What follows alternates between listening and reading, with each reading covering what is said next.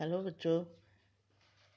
आज हम अपनी कक्षा 5वीं में हिंदी भाषा माधुरी का 9वां अध्याय अजंता की सैर पढ़ेंगे। अजंता की गुफाओं के बारे में आपने सुना ही होगा कि वो शिल्पकारी का अद्भुत नमूना है। तो आइए पढ़ते हैं अनुपमा के खत से कि अजंता में है क्या, अजंता की गुफाएं कहाँ हैं, कैसी हैं और इन्हें किसने बनवाया। तो अनुपमा पत्र लिख रही है अपनी प्रिय सहेली मधु को।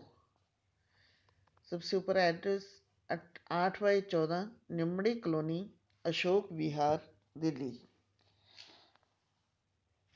दिनांक है 16 मई 2009। प्रिय मधु, नमस्कार। ये पत्र शुरू करने का तरीका है। तुम्हारा पत्र मिला, पढ़कर बहुत खुशी हुई कि तुमने दशहरे की छुट्टियों में खूब मजे किए। अनुपमा अपनी सहेली से कह रही है। अब अनुपमा अपने बारे में सहेली को क्या बता रही है कि मैं और रोहित इस बार दशहरे की छुट्टियों में महाराष्ट्र गए थे, अपने मामा जी के घर। मुझे शुरू से ही मूर्तियों, चित्रों और रंगों से अपनी ओर आकर्षित किया है। मामा जी के घर जाने के पीछे एक कारण यह भी था, इस बहाने हम अजंता की गुफाओं की कलाकारी का आनंद ले सके। हम सपरिवार रेलगाड़ी से मामा जी के घर पहुंचे। मामी जी हमें देखकर बहुत खुश हुई और हम उनसे मिलकर। मामा जी के घर किससे गए वो? महाराष्ट्र रेलगाड़ी से। सुबह होते ही हम एक अलग सपनों की दुनिया में पहुंच गए। वह दुनिया थी अजंता की गुफाओं की दुनिया, क्योंकि अजंता की गुफाओं में दीवारों, छतों पर सुंदर चित्र बने हुए थे। जिस तरह की दुनिया हम आजकल देखते हैं, वहाँ के शहर, कस्बों की इमारतों की दीवारें आमतौर पर सपाट और कोरी होती हैं। फिर वह चाहे घर हो, ऑफिस या कोई अन्य स्थान। शहरों में तो तरह शहरों में तो ज़्यादा से ज़्यादा कोई चित्र टांग ही दिया जाता है।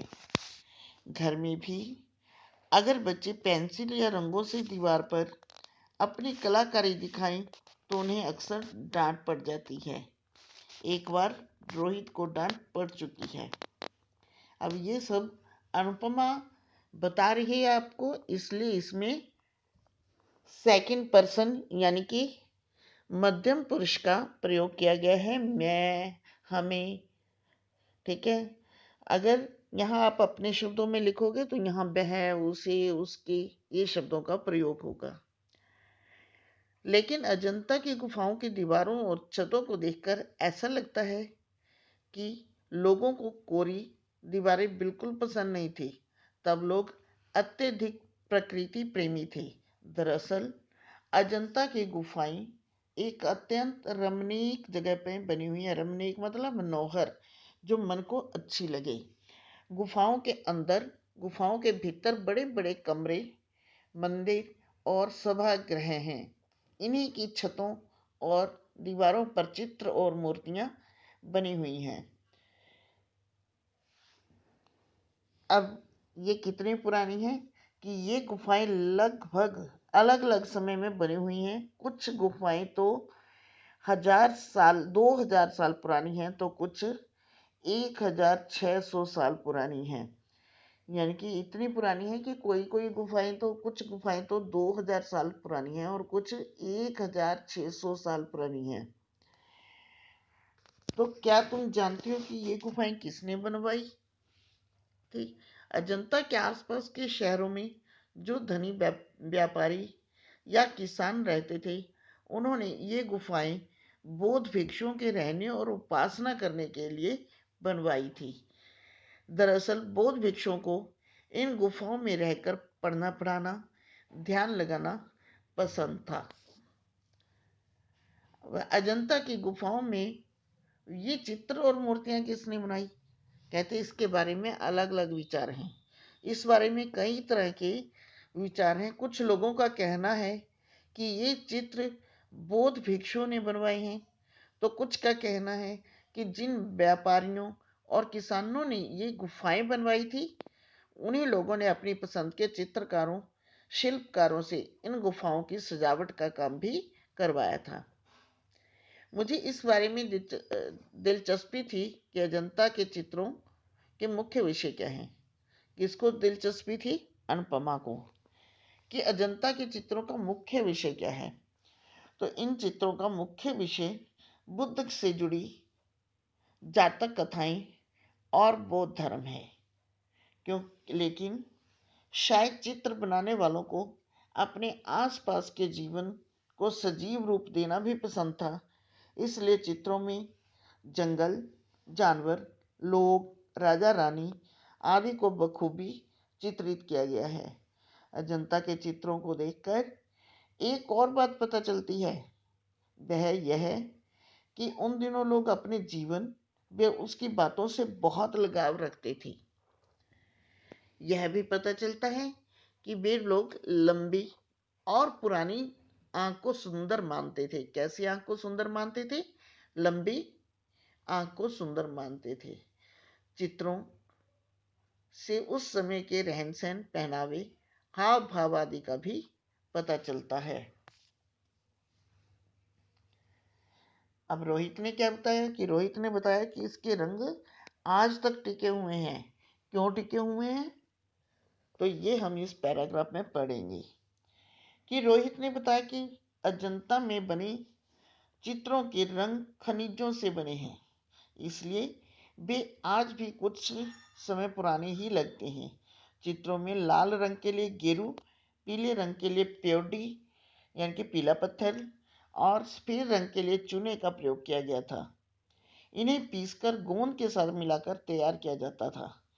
नीले रंग के लिए लैपिस लजुली नाम के पत्थर का प्रयोग किया गया।